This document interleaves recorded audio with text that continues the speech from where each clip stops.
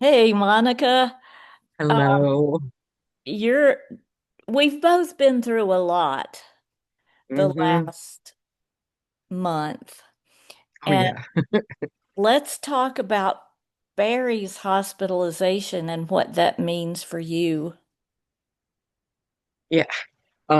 So little bit of background. Yesterday was the 4th of July and everything was okay.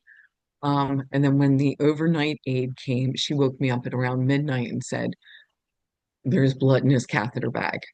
Now there wasn't anything all day. So we talked about it and I called 911 and they were right there, which was good. So when he goes to the hospital, I've learned unless it's critical, I have about an hour before I have to get there because it takes a half hour for me to drive out there. And if I were to follow them, I'd be waiting in the waiting room for, a half hour or more while they triage him and find a room. So I was able to put together my go bag. And on the way, I started thinking about everybody I need to contact that this affects, and that this doesn't even include family. It's the two nursing agencies who provide nursing care for him Mhm. uh, every day of the week, the home health care agency, um, his family doctor, his um, new urologist. Um, who else am I missing? Oh, um, like the neighbors to go and please feed our cats because I'm going to be at the hospital with him. Um, but it's just it's insane, you have to be super organized because otherwise you'll end up tearing your hair out. And when we when I got to the ER and was back in the room with him, one of the texts we sent was to the overnight aide, thanking her for picking up on this. Mhm. Um, because really, like the doctor said, um, it thankfully it looks like we're catching it in the beginning, and he didn't go septic, and he doesn't have a fever. So those are all good things. I kind of figured he was leading up to a UTI in the last week or so, um, just because his spasms were bad. And emotionally, he was a little bit more overly emotional, but nothing that would have made me think this.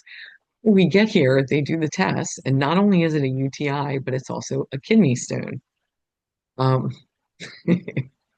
so then we get into the coordination. So um, our girls are away for the weekend, but one of my texts was to them saying, "Hey, give me a call when you're on your way back because I need to make sure I'm home to let you guys in before I come back to the hospital." Um, and another one was, to the neighbor, could you please take care of the cats? And um, then to Barry's family and my mom. And it's a lot. It is a lot. It is a lot. And you and I were talking just a little bit ago. You have to be adaptable.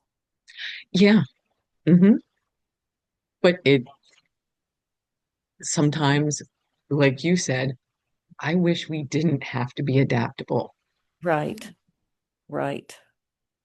Sometimes I just want to be, and I don't want to have to be thinking two steps ahead. Hmm. And I don't want to have to remember everything. And Yeah, um, it just gets terribly overwhelming sometimes. that's a good word for it. Um, Yeah. I'm going away on a writer's retreat the end of this month for a week.